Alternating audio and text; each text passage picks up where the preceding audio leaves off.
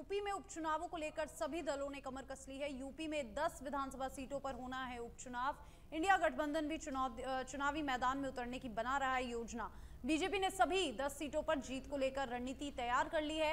उपचुनाव में 5 सीटों पर कांग्रेस ने जीत का दावा किया है। कांग्रेस ने गाजियाबाद, फूलपुर, खैर, मीरापुर और मंझवा सीट पर मांगी। प्रदेश नेतृत्व ने कांग्रेस शीर्ष नेतृत्व को इस संबंध में भेजा प्रस्ताव। बड़ी खबर आपको बता दें, यूपी में 10 विधानसभा सीटों पर उपचुनाव होना है। इंडिया गठबंधन भी चुनावी मैदान में उतरने की बना रहा योजना और बीजेपी ने सभी 10 सीटों पर जीत दर्ज करने का दावा किया है और यहां पर रणनीति तैयार की जा रही है सभी दलों द्वारा। उपचुनाव में 5 सीटों पर कांग्रेस ने जीत का दावा किया है, तो वहीं बीजेपी 10 सीटों पर जीत का दावा कर रही है। सभी दलों ने अपनी अपनी रणनीति को तैयार कर लिया है। यूपी में 10 सीटों पर उपचुनाव और चुनावी माहौल यूपी में बन चुका है। उपचुनाव नहीं, 2027 तक का रोड मैप। उपचुनाव के दंगल में कौन मारेगा बाजी और सभी दलों ने अपनी अपनी रणनीति तैयार कर ली है। सभी दलों ने अपनी अपनी कमर कस ली है। यूपी में 10 सीटों पर उपचुनाव होना है और इंडिया गठबंधन भी चुनावी मैदान में उतरने की योजना बना रहा है।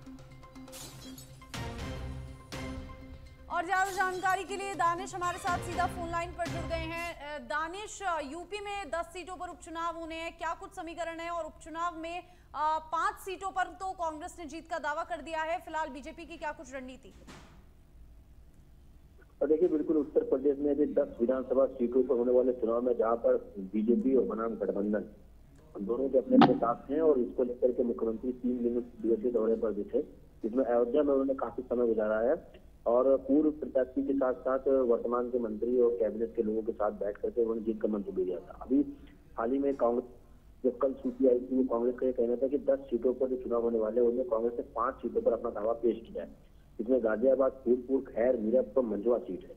हालांकि जो सीटें कांग्रेस ने जिस पर दावा किया है समाजवादी पार्टी के साथ में, तो उससे ये बात सामने आ रही है कि ये गठबंधन की सीटें तो बीजेपी के सहयोगी दल से जीत के हाथ पर है। अभी सोचने वाली बात यह कि अखिलेश यादव को इसमें कोई नाराजगी होती है नहीं होती है और इस नेतृत्व को फैसला देंगे या नहीं देंगे। इसके साथ साथ हमारी पार्टी इस चीज से हामी भरेगी तो बीजेपी और गठबंधन दोनों में कड़ा मुकाबला उत्तर प्रदेश में हो सकता है, क्योंकि सहयोगी दल की सीटें है जो कांग्रेस ने दावा किया है और इसके साथ साथ समाजवादी पार्टी भी इन चीजों पर एतराज जताएगी। ये सबसे बड़ा सवाल है जी। अच्छा दानिश, उपचुनाव में इस बार मुद्दे क्या क्या हैं? क्योंकि कांग्रेस जहां पर इंडिया गठबंधन बड़ी रणनीति बना रहा है बीजेपी के खिलाफ कि किस तरीके से किन मुद्दों पर खेलना है, उस तरीके से बीजेपी के क्या कुछ मुद्दे रहेंगे जिससे वो उपचुनाव के मैदान में इस बार उतरने वाली है? देखिए, पिछली बार चुनाव हुआ था वो कहीं ना कहीं महंगाई और संविधान बदलने को लेकर हुआ था, जो अयोध्या सीट हारना इनके लिए सबसे बड़ा मुद्दा बन गया था, नेशनल इशू बन गया था। उसको लेकर के जो बीजेपी मंथन कर रही है, भाजपा जो मंथन कर रही है, भाजपा का जो मंथन है वो घर घर गांव गांव जाकर के अपने विकास की प्राथमिकता को बताना है। भाजपा को ये भी बताना है कि हम लॉ एंड ऑर्डर पे कितना मजबूत हैं। हालांकि अयोध्या का जो कांड हुआ उसको लेकर के मुख्यमंत्री और बीजेपी अपनी प्रशंसा कर रही है, तो ये कह सकता हूँ कि जो एजेंडा है वो कहीं ना कहीं अयोध्या से शुरू होगा और यूपी की जो 10 सीटें उन 10 सीटों पर कहीं ना कहीं लॉ एंड ऑर्डर को लेकर के मुख्यमंत्री चलेंगे। इसके साथ साथ जो करप्शन को लेकर के बात चल रही है, करप्शन पे लगाम लगाया उसको लेकर के चलेंगे, लेकिन जो बेसिक मुद्दा जो रहेगा लोकसभा के साथ जो उपचुनाव का जो एमएलए का मुद्दा रहेगा उनमें सबसे ज्यादा तो बेरोजगारी, महंगाई, इसके साथ साथ रोजगार जो अभी को द्वार खोलने, अगर रोजगार के द्वार खोल देती है सरकार तो कहीं ना कहीं एजेंडे पे कामयाब हो जाएगी। विपक्ष के पास एक ही मुद्दा है, रोजगार को लेकर सरकार लगातार विपक्ष की घेराव पे गिर चुकी है। जी ठीक है, शुक्रिया आपका दानिश तमाम जानकारी के लिए।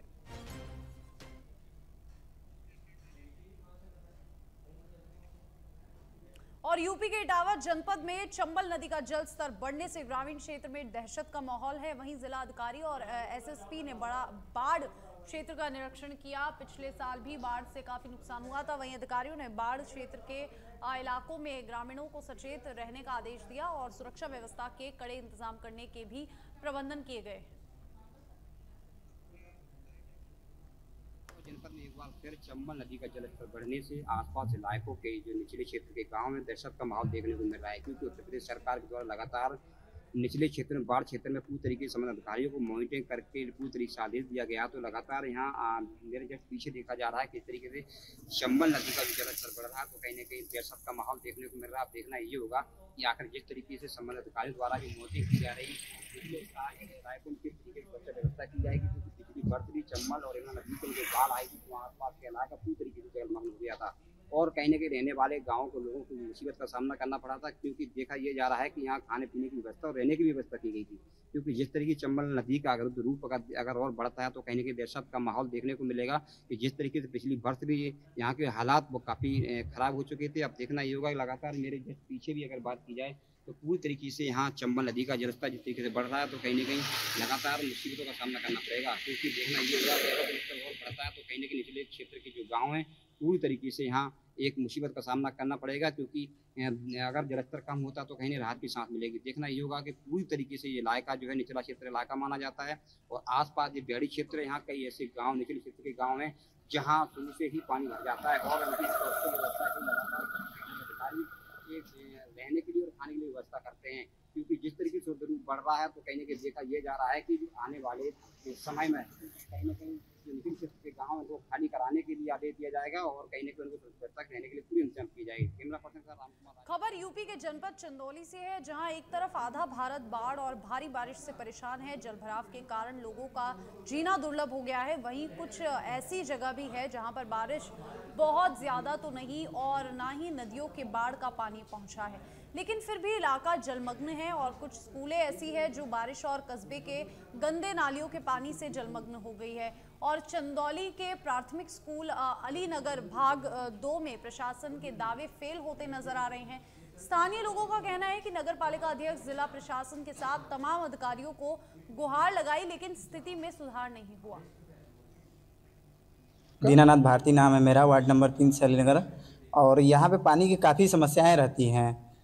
एक बार की ये समस्या नहीं है, कम से कम 10 सालों से हम लोग झेल रहे हैं। इसमें हमारी माताओं बहनों आती हैं, स्लिप कर जाती हैं, बहुत सारा प्रॉब्लम आता है और बच्चों को भेजने का डर हमेशा बना रहता है, स्लिप कर जाएंगे, कहीं भी अंदरूनी चोट लग जाएगी, इसकी जिम्मेदार कौन होगा। और सबसे बड़ी चीज़ की ये दलित बस्ती है, दलित बस्ती में सब ध्यान देना नहीं चाहते हैं। इसलिए यहाँ पे जितने भी हमारे प्रशासनिक कार्रवाई करने वाले लोग हैं यहाँ पे जरा से भी ध्यान नहीं देते। अगर 1% भी ध्यान देते तो आज भी ऐसा हमारे गाँव का नहीं ऐसा हाल रहता।